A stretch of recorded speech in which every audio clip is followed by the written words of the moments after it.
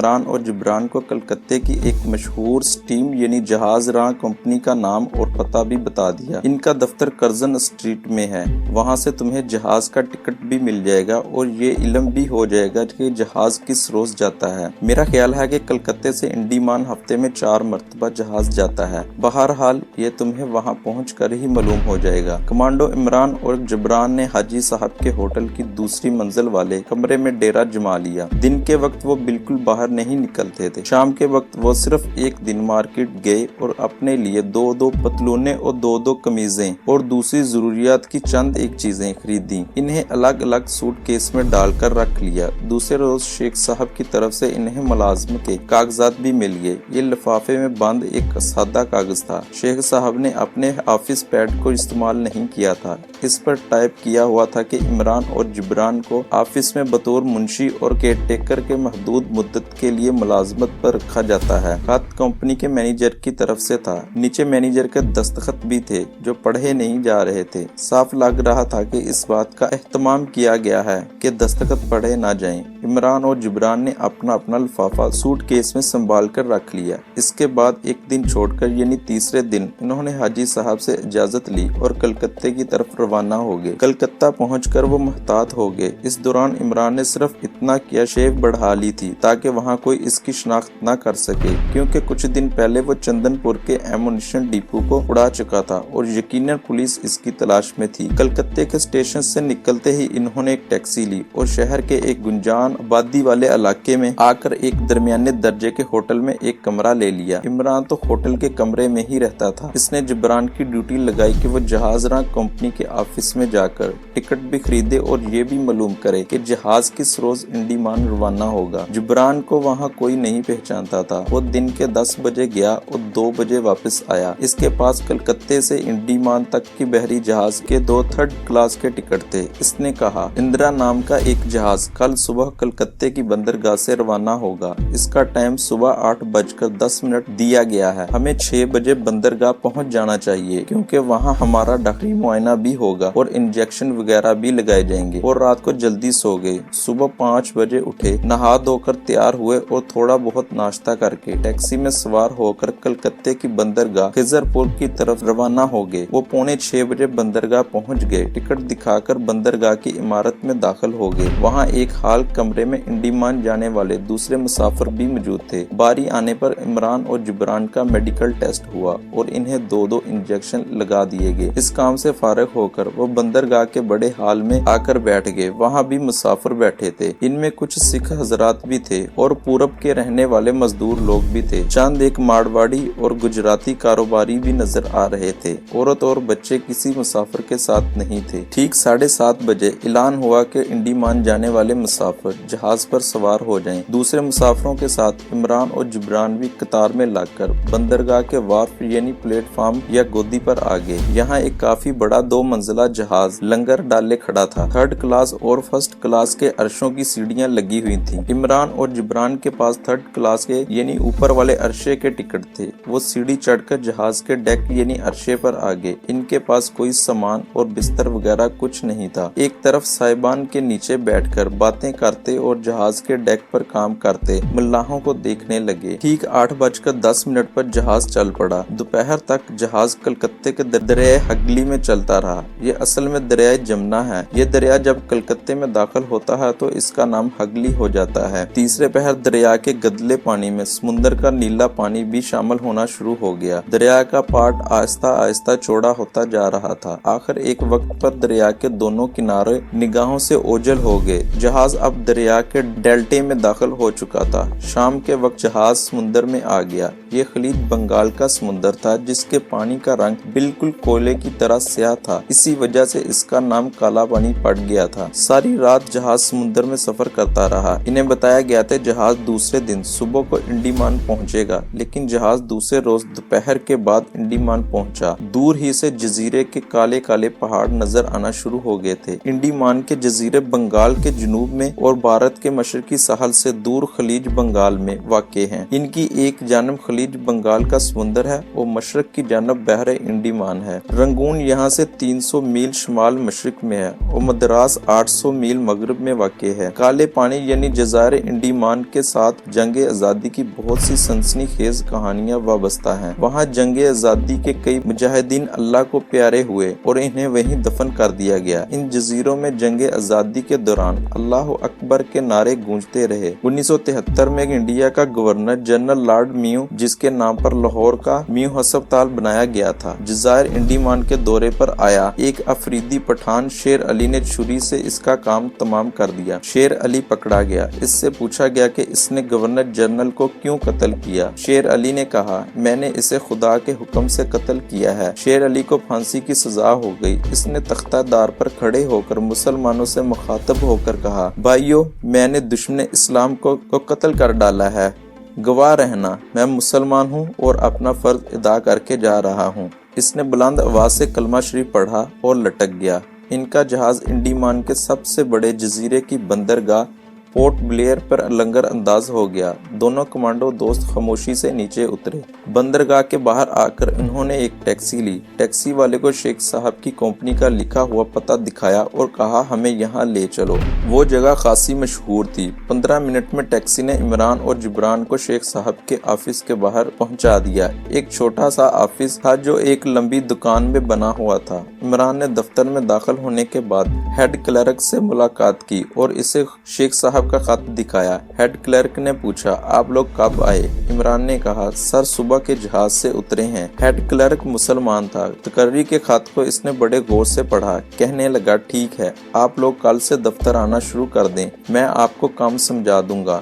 عمران اور Jibran head clerk کا شکریہ ادا کر کے دفتر سے نکل آئے۔ ان کے ٹھہرنے کا انتظام شیخ صاحب نے خود آ کر کرنا تھا۔ 1-2 دن کے لیے انہوں نے ایک چھوٹے سے ہوٹل میں ایک کمرہ لے لیا، رات وہاں گزاری اور دوسرے دن شیخ صاحب کے آفس پہنچ گئے۔ ہیڈ کلرک نے عمران کو ڈاک درج کرنے اور باہر سے پوسٹ ہونے والے خطوط کے اندراج کی ڈیوٹی پر لگا دیا۔ اسی طرح جبران کو بھی کلرک کا کام دے دیا۔ وہ الگ الگ کمروں میں بیٹھ گئے اور اپنا کام شروع کر دیا۔ دوسرے روز شام کے وقت شیخ صاحب بھی آ گئے۔ انہوں نے دفتر میں سرسری طور پر عمران اور جبران سے ملاقات کی اور پھر عمران کو اپنے آفس میں بلایا۔ آفس میں اس وقت دونوں تنہا تھے، تیسرا کوئی آدمی نہیں تھا۔ شیخ صاحب کہنے لگے، آفس میں تم سے زیادہ بات چیت نہیں کروں گا، تم بھی مجھ سے ملنے کی کوشش نہ کرنا، اس میں تمہاری بہتری ہے۔ پھر شیخ صاحب نے دراز میں سے ایک کاغذ نکال کر عمران کو دیا۔ اس پر اس کوارٹر کا نمبر اور ایڈریس لکھا ہوا تھا جہاں تم دونوں قیام کرو گے۔ میں رات کے وقت تمہیں ملنے آ جایا کروں گا اور وہیں مشن کے بارے میں گفتگو ہوگی۔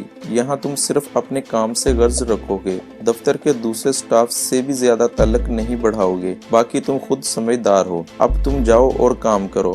دفتر سے چھٹی کے بعد عمران اور جبران شیخ صاحب کے بتائے ہوئے ایڈریس والے کوارٹروں میں پہنچ گئے۔ یہ پتھر کی دیواروں اور بانس سے بنے ہوئے 4 کوارٹر تھے جو ساتھ ساتھ بنے ہوئے تھے۔ چاروں کوارٹر بالکل خالی پڑے تھے۔ ایک کوارٹر میں دفتر کی پرانی فائلوں وغیرہ کا انبار تھا، گویا جیسے سٹور روم ہو۔ عمران اور جبران نے ایک کوارٹر پر قبضہ جما لیا۔ اس کوارٹر میں 4 پائیاں اور بانس کی 3-4 کرسیاں اور لوہے کی ایک چھوٹی سی میز تھی، ساتھ ہی غسل خانہ تھا۔ صحن کے برآمدے میں کچن تھا۔ اس شام دونوں دوستوں نے ہوٹل میں ہی کھانا کھایا اور کوارٹر میں آ کر 4 پائیوں پر بیٹھ کر باتیں کرنے لگے۔ جبران نے کہا، ہمارا بیس کیمپ تو بن گیا ہے، اب مہاشکتی فیکٹری کا مشاہدہ کرنا بہت ضروری ہے۔ عمران بولا، اس بارے میں شیخ صاحب ہی ہماری رہنمائی کر سکتے ہیں۔ رات کے 11 بجے کے قریب شیخ صاحب بھی آ گئے۔ شیخ صاحب نے مسکراتے ہوئے پوچھا، انڈیمان کیسا لگا تمہیں؟ عمران بولا، اچھا لگا، جیسے جنوب مشرقی ایشیا کے جزیرے ہوتے ہیں ویسے ہی یہ بھی ہے۔ شیخ صاحب کہنے لگے، یہاں تمہیں ایک ملازمہ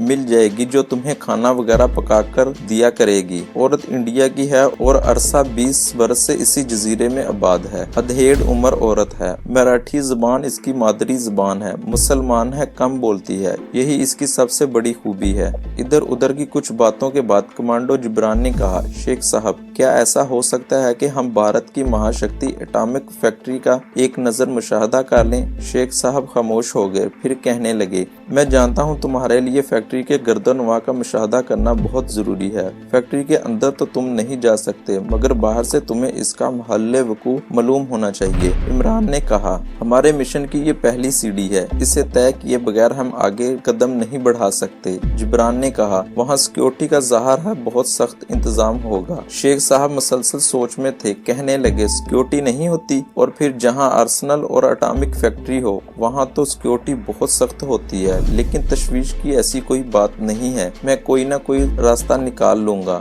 اب ایسا ہے کہ صبح تم ناشتہ باہر ہی کرو گے، دوپہر سے پہلے ملازمہ آ جائے گی، اس کے ساتھ ہی وہ تمہارے کچن کا کام سنبھال لے گی۔ اس کو یہاں سب بائی جی کہتے ہیں، تم بھی بائی جی کہہ لیا کرنا، باقی سب پیسوں کی ضرورت پڑے تو مجھے بتا دینا۔ عمران نے کہا ابھی ہمارے پاس کافی روپے ہیں، ضرورت پڑی تو بتا دیں گے، لیکن مہاشکتی اٹامک فیکٹری کا مشاہدہ بہت ضروری ہے، اس کا جلدی سے جلدی بندوبست ہو جانا چاہیے، کیونکہ ہماری اطلاع کے مطابق بھارت نے ایٹمی بم چلانے والے آکسائڈ پر کام بڑے زور و شور سے شروع کر رکھا ہے۔ شیخ صاحب بولے جتنی تمہیں فکر ہے اس سے زیادہ میں متفکر ہوں، اگر بھارت ایٹم بم چلانے والا کیمیائی مادہ تیار کر لیتا ہے تو وہ ایٹمی دوڑ میں ہم سے آگے نکل جائے گا۔ اس فیکٹری کا اس کیمیائی مواد کے تیار ہونے سے پہلے تباہ کیا جانا بہت ضروری ہے۔ میں تمہیں کل آ کر کوئی اچھی خبر سناؤں گا، اب میں چلتا ہوں۔ شیخ صاحب چلے گئے۔ جبران کہنے لگا معلوم ہوتا ہے کہ جہاں یہ فیکٹری واقع ہے اس فیکٹری میں کام کرنے والے سائنسدانوں کے رہائشی کوارٹر وغیرہ بھی وہیں فیکٹری کے اندر ہی ہوں گے، کیونکہ ہمیں پورٹ بلیر کے بازاروں میں کوئی ایسا شخص نظر نہیں آیا جس سے یہ ظاہر ہوتا ہو کہ وہ سائنسدان ہے۔ اور پھر فیکٹری میں اسرائیلی سائنسدان بھی کام کرتے ہیں، ظاہر ہے ان لوگوں کی رہائش فیکٹری کے احاطے یا اس کے آس پاس ہی ہوگی۔ یہ تو شیخ صاحب کے آنے پر ہی معلوم ہو سکے گا کہ صحیح صورتحال کیا ہے۔ رات کو دونوں سو گئے۔ دوسرے دن ایک نوکر آ کر انہیں 2 بستر اور دوسری ضروریات کی چیزیں دے گیا۔ صبح ناشتہ کرنے دونوں ساتھی قریبی بستی کی چائے کی دکان پر آ گئے۔ یہاں کی آبادی زیادہ تر ہندوستان کے لوگوں پر مشتمل تھی، ان میں فلپائن کے باشندے بھی نظر آ جاتے تھے۔ وہاں کے لوگ محنت مزدوری کرتے نظر آتے تھے۔ مقامی باشندوں کے رنگ کالے، قد چھوٹے تھے اور وہ عجیب سی زبان میں ایک دوسرے سے باتیں کرتے تھے۔ ناشتہ کرنے کے بعد وہ اپنے کمروں میں واپس آ گئے۔ ایک سٹور سے انہوں نے اپنے لیے تولیے وغیرہ خرید لیے۔ 10-11 بجے کے قریب بائی جی آ گئیں۔ ادھیڑ عمر کی دبلی سی سانولے رنگ کی مرہٹا عورت تھی، وہ اپنے ساتھ ٹوکری میں سبزیاں گوشت بھی لائی تھی۔ عمران اور جبران نے اسے سلام کیا تو اس نے سرسری طور پر جواب دیا اور کچن میں جا کر اپنے کام میں لگ گئی۔ جبران نے کہا شیخ صاحب نے اس عورت کے بارے میں ٹھیک ہی کہا تھا کہ بائی جی زیادہ بات نہیں کرتی۔ عمران بولا ہمیں اسی قسم کی ملازمہ کی ضرورت تھی۔ دوپہر کو بائی جی نے سبزی گوشت کا سالن بنایا جو بڑا مزیدار تھا، ساتھ چاول بھی بنائے۔ وہاں لوگ زیادہ چاول ہی کھاتے تھے۔ عمران اور جبران کوارٹر میں ہی تھے۔ تیسرے پہر بائی جی چائے بنا کر لے آئیں۔ شام سے ذرا پہلے اس نے رات کا کھانا بنایا اور چلی گئی۔ دونوں نے رسوئی میں ہی بیٹھ کر رات کا کھانا کھایا اور کوارٹر میں آ کر شیخ صاحب کا انتظار کرنے لگے۔ کارنس پر رکھے ہوئے چھوٹے سے کلاک نے جب رات کے 10:30 بجائے تو شیخ صاحب کی جیپ کی کوارٹروں کے عقب میں آ کر کھڑی ہو گئی۔ اس روز عمران اور جبران گھریلو مصروفیات کی وجہ سے دفتر نہیں گئے تھے۔ ہیڈ کلرک کو انہوں نے بتا دیا تھا کہ وہ کل نہیں آئیں گے۔ شیخ صاحب کوارٹر میں آ کر ان کے پاس بیٹھ گئے، کہنے لگے میں نے ایک آدمی کا انتظام کر لیا ہے، وہ اپنا ہی آدمی ہے، دلی کا رہنے والا ہے، ایک مدت سے یہاں دینی تعلیم کا نیک کام کر رہا ہے، اپنی ہی جماعت کا آدمی ہے۔ جہاں تک رازداری کا تعلق ہے اس میں اور مجھ میں کوئی فرق نہیں۔ اس کا نام جان احمد ہے، وہ اس جزیرے کے تمام علاقوں سے واقف ہے، بھارت کی مہاشکتی فیکٹری کے سارے حدود حربے سے واقف ہے۔ سب سے بڑی بات یہ کہ وہ 1-2 بار فیکٹری کے اندر بھی سوکھے راشن اور سبزیوں کی سپلائی کے سلسلے میں جا چکا ہے۔ وہ کل دوپہر کے بعد جب تم دفتر سے واپس آ چکو گے تو تمہارے پاس آ جائے گا اور تمہیں سب کچھ بتا دے گا کہ کس طرح فیکٹری کے مشاہدے کو جانا چاہیے۔ وہ جس طرح کہے اسی طرح کرنا۔ کچھ دیر بیٹھنے کے بعد شیخ صاحب واپس چلے گئے۔ جاتے جاتے کہہ گئے کہ میرا یہاں رات کو بار بار آنا ٹھیک نہیں ہے، احمد جان تمہیں اپنا پتہ دے دے گا، مجھ سے کوئی خاص بات کرنی ہو تو اس کو کہہ دینا، وہ مجھے بتا دے گا۔ دوسرے روز عمران اور جبران دوپہر 2 بجے تک شیخ صاحب کے آفس میں کام کرتے رہے۔ 2 بجے کے بعد اپنے کوارٹر میں واپس آ گئے۔ 4 بجے کے قریب احمد جان صاحب آ گئے۔ شرعی داڑھی تھی، سانولی رنگت تھی، عمر زیادہ سے زیادہ 35 برس ہوگی۔ پاجامہ کرتا پہنا ہوا تھا، گلے میں تھیلا لٹکا ہوا تھا۔ شیخ صاحب نے انہیں ہماری فوٹو دکھائی ہوئی تھی، انہوں نے آتے ہی ہمیں گور کر دیکھا، پھر السلام علیکم کہہ کر ہاتھ ملایا اور بولے تم میں سے عمران کون ہے اور جبران کون ہے؟ دونوں نے احمد جان سے اپنا تعارف کروایا۔ وہ کمرے میں چارپائی پر بیٹھ گئے اور کہنے لگے، مہاشکتی فیکٹری کے اندر اور باہر دونوں جگہوں پر سیکیورٹی کا اس قدر زبردست انتظام ہے کہ بلا مبالغہ کوئی چڑیا بھی وہاں پر نہیں مار سکتی۔ عمران نے کہا، لیکن احمد جان صاحب، ہمیں تو ہر حالت میں اس کے محل و وقوع کا بھرپور قریب سے جائزہ لینا ہے۔ احمد جان بولے، آپ کو یہ کہنے کی ضرورت نہیں ہے، میں آپ کے مشن کی نوعیت سے واقف ہوں۔ مجھے معلوم ہے کہ جب تک آپ مشاہدہ نہیں کر لیں گے آپ قدم نہیں اٹھا سکیں گے۔ میں اسی لیے آپ کے پاس آیا ہوں اور شیخ صاحب بھی مجھے اسی مقصد کی خاطر اپنے پاس لائے ہیں۔ سب سے پہلی بات تو یہ کہ ہم اس لباس میں فیکٹری کے قریب ہرگز نہیں جا سکیں گے۔